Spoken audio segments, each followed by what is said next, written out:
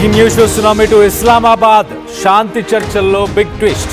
శాంతి చర్చల్లో ఇటు అమెరికాకు ఇరాన్ 2 కండిషన్స్ని పెట్టింది. లెబనాన్పై ఇజ్రాయెల్ దాడులు ఆపాలి, అలాగే స్తంభించిన ఇరాన్ ఆస్తులను రిలీజ్ చేయడం. ఈ రెండు కండిషన్స్ని ఇరాన్ ఇటు అమెరికా ముందు పెట్టింది.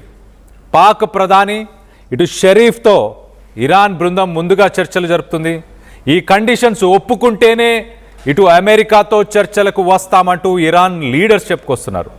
నిన్న మొన్నటి నుంచి కూడా ఇవే కండిషన్స్ని వాళ్ళు ప్రధానంగా ముందు పెట్టే ప్రయత్నం చేశారు. మొదటగా ఇటు లెబనాన్ పైన స్ట్రైక్స్ ఆపాలి, అలాగే ఇరాన్కు సంబంధించిన ఆస్తులను అంటే ఇరాన్కు సంబంధించిన ఫైనాన్షియల్ అసెట్స్ని రిలీజ్ చేయాలి. శాంతి చర్చలకు ముందు ఇటు ఇరాన్ అమెరికా నేతలు హెచ్చరికలను జారీ చేశారు. ఇటు గతంలో ఒకసారి చూస్తే కనుక ఇటు అమెరికాతో చర్చలు విఫలమయ్యాయి, అమెరికా పైన మాకు నమ్మకం లేదంటూ ఇరాన్ స్పీకర్ గలిబాఫ్ ప్రకటించాడు. ఒకవేళ చర్చలు విఫలమైతే ఇరాన్పై భీకర దాడులు తప్పవంటున్నాడు ట్రంప్. ఇరు దేశాల నేతల ప్రకటనలతో ప్రస్తుతానికి చర్చల పైన తీవ్ర ఉత్కంఠం నెలకొనుంది. ఇటు ఒక ప్రాక్సిమిటీ ఫార్మాట్ని ప్రస్తుతానికి ఫాలో చేస్తున్నారు. పాకిస్తాన్లోని ఇస్లామాబాద్లో జరుగుతున్న ఈ పీస్ టాక్స్ పాకిస్తాన్లోని ఒక లగ్జరీ హోటల్ సెరీనా హోటల్ అనే ఒక హోటల్లో జరుగుతున్నాయి ఈ పీస్ టాక్స్. కానీ ఈ పీస్ టాక్స్ ఎలా జరుగుతున్నాయి అంటే ఒక ప్రాక్సిమిటీ ఫార్మాట్ అంటే ఏంటి? ఒకటే హోటల్లో ఇటు ఇరాన్ ఆఫీషియల్స్ ఇటు అమెరికా ఆఫీషియల్స్ ఉంటారు. కానీ ఒకరిని ఒకరు ఎదురు పడకుండా డిఫరెంట్ బ్లాక్స్లో వాళ్ళని పెడతారు. డిఫరెంట్ రూమ్స్లోనే వాళ్ళని పెడతారు. పాకిస్తాన్ ఆఫీషియల్స్ అంటే పాకిస్తాన్ ఫారెన్ మినిస్టర్ ఇషాక్ దార్ అలాగే మిగతా ఆఫీషియల్స్ మొదటగా ఇరానియన్స్ ఎక్కడున్నారో ఆ రూమ్స్కి వెళ్ళి వాళ్ళతోని చర్చించుతారు. మీకు ఏ అంశాల గురించి మీరు డిస్కస్ చేయాలనుకుంటున్నారు, మీ కండిషన్స్ ఏంటని. ప్రస్తుతానికి ఇరాన్ 2 కండిషన్స్ని ముందుకు తీసుకొచ్చింది. ఇమీడియట్గా లెబనాన్ పైన స్ట్రైక్స్ని నిలిపివేయాలి, దాంతోపాటు ఇటు ఇరాన్కి సంబంధించిన ఫైనాన్షియల్ అసెట్స్ని రిలీజ్ చేయాలి అంటూ అమెరికాకి 2 కండిషన్స్. ఈ 2 కండిషన్స్కి ఒప్పుకున్న తర్వాతనే పీస్ టాక్స్లో పాల్గొంటామంటూ మొండి చేయి చూపిస్తుంది ఇరాన్. ప్రస్తుతానికి చర్చలకు రానంటుంది ఇరాన్. ఈ 2 కండిషన్స్ని ఫుల్ఫిల్ చేసిన తర్వాతనే ఇటు అమెరికాతో చర్చలకు సిద్ధంగా ఉన్నామంటూ ఇరాన్ ఆఫీషియల్స్ చెప్తున్నారు.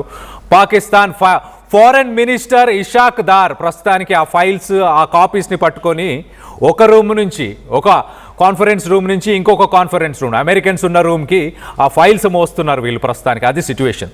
సో మొదటగా మరి అమెరికా వాటికి ఒప్పుకుంటుందా? ఒకవేళ ఒప్పుకుంటే దాని తర్వాత జరిగే పరిణామాలు ఏంటి? ఒకసారి మనం చూస్తే కనుక ఇరాన్ కండిషన్స్ ఏంటంటే స్ట్రైట్ ఆఫ్ హార్మోజ్ నుంచి వెళ్ళే ప్రతి షిప్ $2 మిలియన్ డబ్బులు కట్టాలి మాకు. అది నేను ఒమాన్ అనే దేశం ఆపోజిట్లో ఇటు స్ట్రైట్ ఆఫ్ హార్మోజ్కి ఒక వైపు ఇరాన్ ఉంది, ఇంకొక వైపు ఒమాన్ ఉంది. ఈ 2 దేశాలు ఆ టోల్ ద్వారా అంటే ప్రతి షిప్ $2 మిలియన్ పే చేస్తే ఆ డబ్బులని మేము పంచుకుంటాము.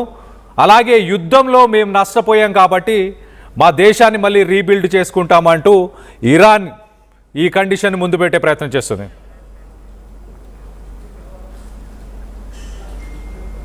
ఒక్కసారి ఈ మీటింగ్లో ఇటు ఇరాన్ అలాగే అమెరికాకు సంబంధించిన ఆఫీషియల్స్ ఎవరైతే పాల్గొంటున్నారో ఆ లిస్ట్ ఒక్కసారి మీకు చదివి వినిపించే ప్రయత్నం చేస్తా.